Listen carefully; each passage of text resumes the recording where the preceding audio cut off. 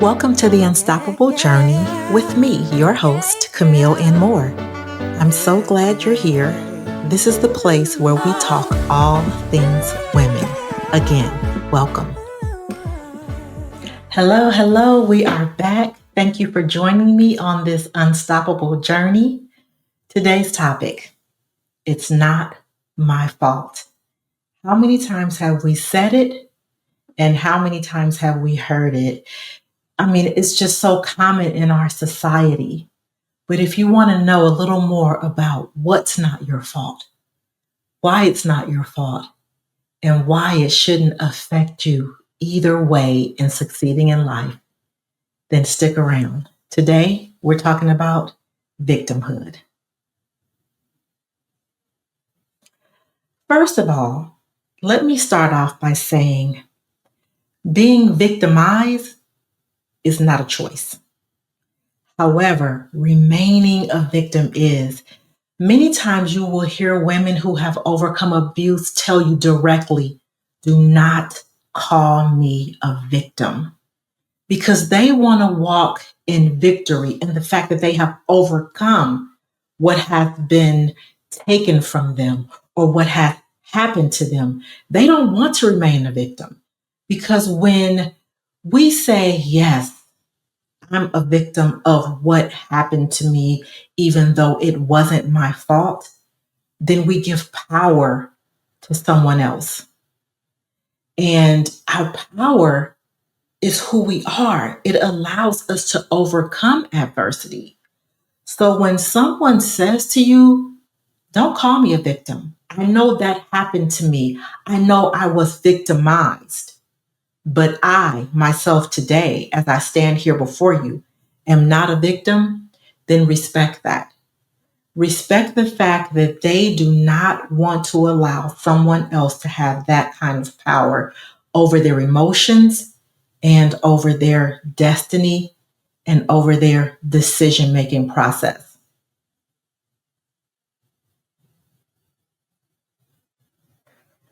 Making decisions primarily on our emotions when we're not healed is what we can do when we don't overcome being, I don't want to say being a victim, being victimized. And that's one thing we don't want to do. I talk about it a lot, is not making emotional decisions when our emotions are not healthy. Now, when you are walking in a place in your life and your emotions are healthy, then your decisions are usually going to be healthy, because our decisions are followed by our emotions in most cases. However, if you're in a place where you haven't been healed from the things that have happened to you in life, then you will tend to make decisions based on those emotions. And then they're usually unhealthy. They cause us to get into this cycle, usually of bad decision making. And that's something that we completely want to avoid. Now, the root of victimhood can show up in a couple of different ways, because sometimes we can use victimhood because we failed at something. So if we failed at something, sometimes we need someone to blame instead of taking responsibility of how we've handled something or mishandled something. Sometimes it's from disappointments. Our disappointments can lead to us giving up and not believing in ourselves and our own abilities. And sometimes it's because we bought into a narrative that someone else has put on us.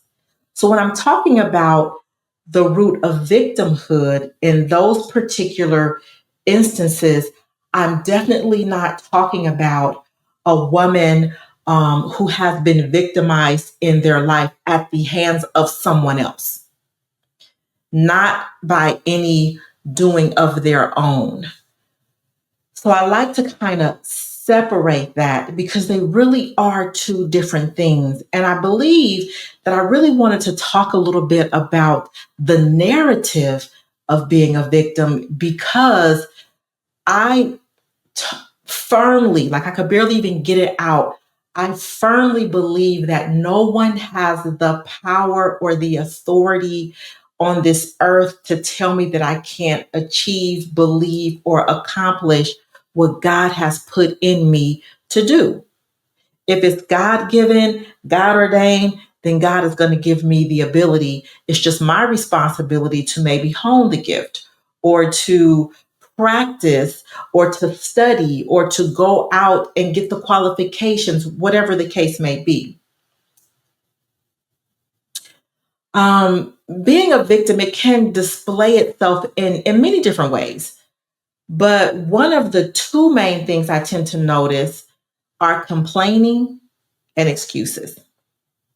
Because it seems I would probably say it seems that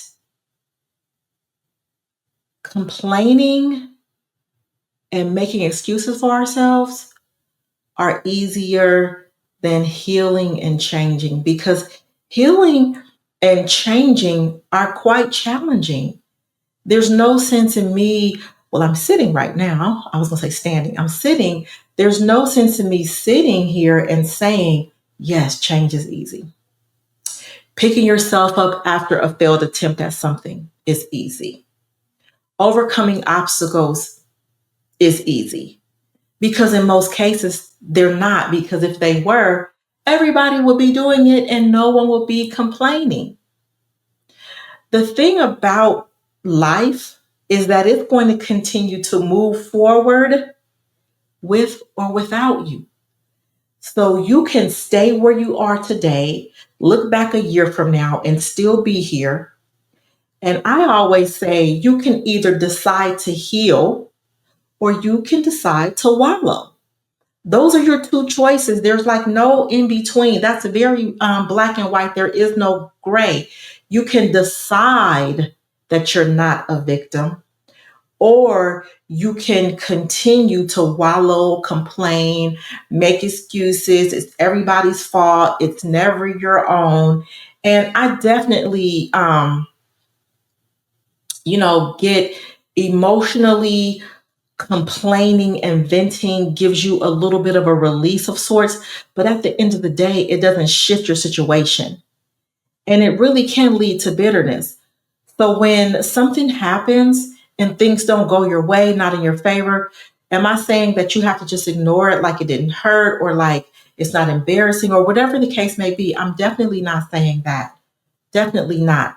You do have to give yourself a moment to be able to process what has happened. But then on the other side of the processing, once you get to vent and you let it out, then you have to decide, or I should say, make a decision to say, okay, I've got that off my chest. I'm going to leave that here in this little compartment over here. And I'm not going to allow that to affect my ability to move forward in life. Now, I want you to think about something. I was trying to think like what would be a good example of when something happens to you and you recover in a healthy way or an unhealthy way. And I really wanted to talk about the healthy way, because I felt like if I kind of talked about the unhealthy way, sometimes depending on where we are in life, especially talking about, being a victim already, that could add to condemnation or feeling like you are really technically a victim. And that's not what I want to do. And so I was thinking about the story of Joseph, the Bible story. And, of course, we get like the pretty story, like in Sunday school and things like that. But I was really thinking about his story, and it's in Genesis. But I was thinking about how Joseph really didn't deserve like the bad things that were happening to him. And he had a choice. He had a choice to, again, wallow or complain, or he had a choice to trust God and continue to move forward in life. And I'm so glad he chose the latter. Now, if you think about it, well, I mean, I was going to say he didn't do anything, right? But sometimes our mouth, kind of get us in trouble a little bit. And even when the Lord has given us a vision or a dream or, something we're going to attain or what we're going to become, sometimes you can't tell everybody. And I think we've all learned that the hard way. Sometimes you just can't tell everybody because they get jealous. And they, as they used to say, they hate on you. And they don't want to see you do well for whatever reason. That was the case in Joseph's situation. The Lord had given him a dream that, in the future, his family, his brothers would be bowing down before him. And it was, through, what was it? I think some sheaves of wheat, I want to say. And their wheat was bowing down to his wheat. And I could be wrong about the wheat, y'all. I should have refreshed, but you get the picture. And his brothers was like, that ain't even about to happen. It's not going down. And so they devised a plan when he went out to meet them because the dad, had sent him out to go check on his brothers, out in the, I don't even want to say the field because they were doing more than, being in the field. That would imply they were super close. They weren't super close, to the home. And when they saw him coming, they were like, let's kill him. What? Ain't this y'all brother? Oh, okay. That's how y'all gonna roll. Okay. Let me mind my business. And the one brother was like, nah, let's not kill him because, then the blood gonna be on our hands. Let's just throw him in the pit. But now the brother, I think his name was Benjamin, was like gonna come back, I think, and rescue him like at the end of the night. But he couldn't come back and rescue him because the other brothers was like, wait a minute, hold on. What will it profit us if we just leave him in a pit to die? How about we sell him into slavery? How about we just sell him and then we get some money? And I think they got like 20 shekels or 20, whatever the money was then. Y'all gonna make me be like, start really like studying for these podcasts because I do really want to bring more biblical context. But I want to make sure I'm accurate. But you get the gist of it. Okay, so they sell him. Now they throw him in a pit, then they take him out, then they sell him. Now, Joseph hadn't done nothing to deserve that. Absolutely nothing. But this is one thing I noticed that it would say about him in the story, but God was with him. But God was with him, which leads me to believe that if God is with me, as long as God is with me, I'm going to be all right. I'm going to be more than all right, actually, but I'm going to be all right. And because of the fact that it kept emphasizing, but God was with him, but God was with him. And it would say things like, he had favor, like the people he would be around would just like, trust him with things and entrust him with certain things, like with position or power or whatever. And okay, so he didn't complain, I don't see anywhere in there where he talked bad about his brothers. Now he made, I guess, like a name for himself because he was such a, I guess like a reputable person. So Potiphar, whose house he was working in, so Potiphar was like the master and technically Joseph was like the slave. And Potiphar trusted him in a way that he was like, okay, you could run my whole household. I trust you with everything. Like I don't even got to count my own money. I don't know what the value of all the stuff is in my house. I just know what I'm eating and drinking every day and that I'm good and my house is running well. And he found so much favor with Potiphar that Potiphar entrusted him. Now just imagine if Joseph had gone into that same situation complaining, trying to plot a plan of revenge against his brothers, like, and becoming angry and hardened and bitter and like, they did this to me. This is why I'm never going to become somebody. I'm far away from my family. I'm been sold into slavery. My father used to treat me well. Now I'm a slave. Like you never read anything where his attitude was like that. Because if it was, for one thing, I would have blessed him. But for two, they didn't say it in the Bible. So I ain't going to say it. Then, all right, boom. Potiphar's wife, like, okay, I want to get with Joseph. Joseph don't want to get with her though, because he respects the man of the house, right? So she's so irritated that he don't want to get with her that she sets him up and was like, "Oh, he tried to come on to me. He was about to try to get me, but I tore away. I got away." But really, she was the one coming on to him, and he the one had to get away from her. Well, when Potiphar came back, she, told her little story. So he was like hot, and put Joseph in jail. Even in jail, he wasn't like, "I can't believe this. After everything I did for Potiphar, I've been running his house and he just gonna take her word over mine." You don't see anything like that. The only thing he said was that I didn't do it. Like, I'm in jail for a crime I didn't commit. That's not a complaint. That was just a fact. He was stating a fact. He had done nothing wrong. However, even there, it said, but the Lord was with him, right? So even like the jailers, the people who ran the prison, was like, "Okay, we're gonna let you basically run the prison." Where they do that? Where the prisoners get to run the prison? Because he just had so much favor and he wasn't a complainer. He didn't allow himself to be a victim, even though he was victimized in a great way, 2 times in a row. But he was like, "Nope." Now, then on top of that, because he was able to interpret dreams, it was 2 other prisoners in there. He interpreted their dreams. And the one prisoner who was, I think, the Potiphar's cup bearer, he told him, like, "Okay, you're gonna get out in like 3 days and you're gonna be restored to your position. But when you get restored, don't forget about me." But of course, the cupbearer forgot about him. He didn't even get bitter about that. He didn't even be like, "I helped him get out of prison. I told him all was gonna be well. And I just said, hey, don't forget about me." And he don't forgot about me. He still didn't become bitter and complain. And we know that the story goes on, that he ended up, becoming really like running Egypt during the famine, and then his brothers had to come back. So I'm not gonna go into the whole Bible study, because the whole Bible story, because that wasn't my point. My point was that the things that happened to him, he could have become super bitter, and the bitterness and the complaining would have blocked his blessing, which ultimately made him one of the most powerful, people in Egypt.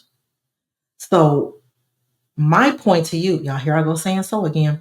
My point to you today is, are there any areas in your life where something has been done to you, or you have entangled yourself into something that hasn't been fruitful for you, or you have allowed the narrative of the world around you to tell you that you're a victim, that you can never be A, B, C, or D, X, Y, or Z because of this, that, and the third. I just want you to think about that for a minute.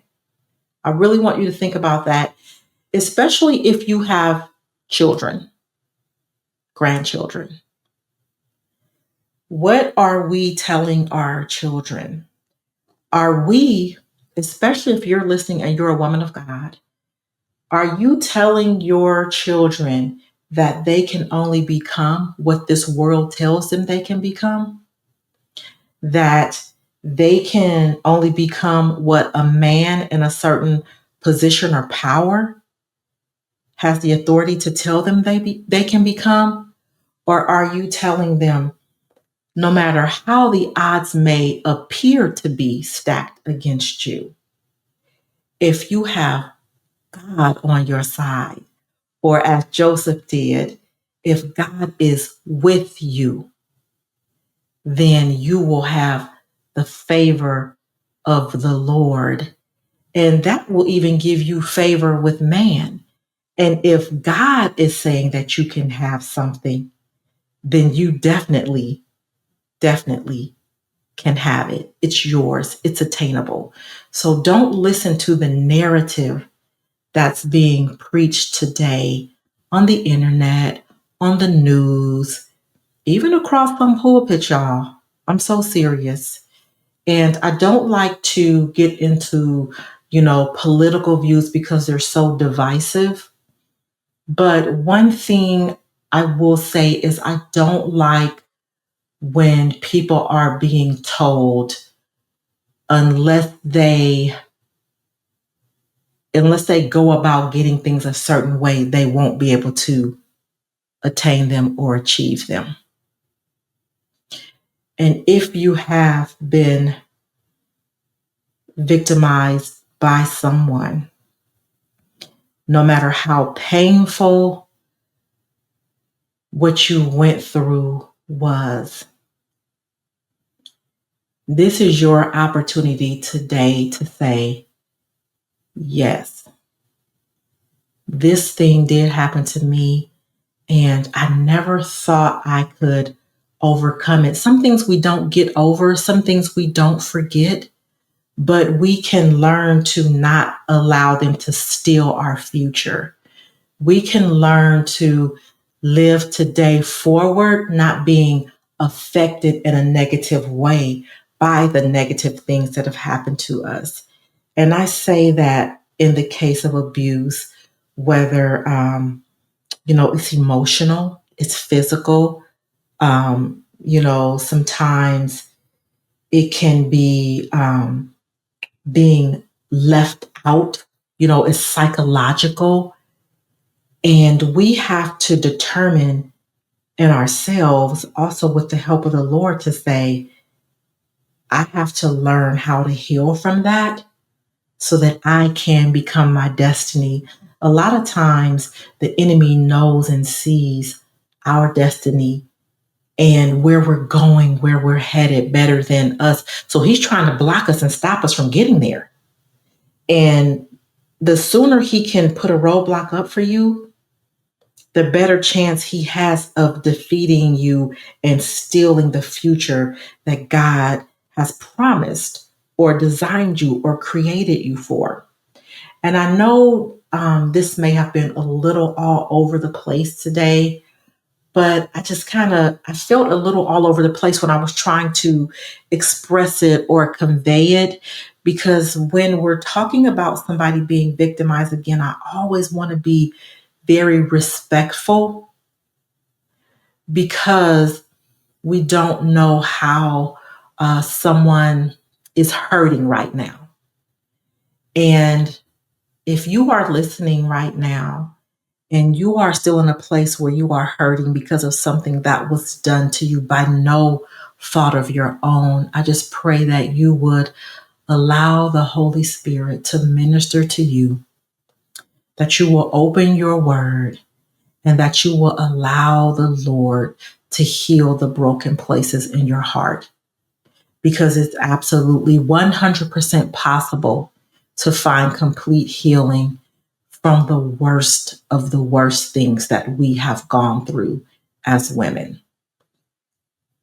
Then again, on the other side of that, for women who have not gone through horrible tragedies where they have really been victimized, but have bought into the narrative of being a victim, I pray that the Lord will open your eyes so that you will come to the realization that, my friend, my friend, my friend, you are not a victim.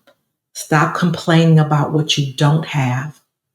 Stop complaining about, what you can't get for whatever reason, because you're a woman, because you're a single mom, because of the color of your skin, because of where you were born. If you are born again, the sky is the limit for you. You can have everything the Father has promised you. And your promises are going to look different than someone else's promises. But we have to learn to be content with what people used to say, your lot in life.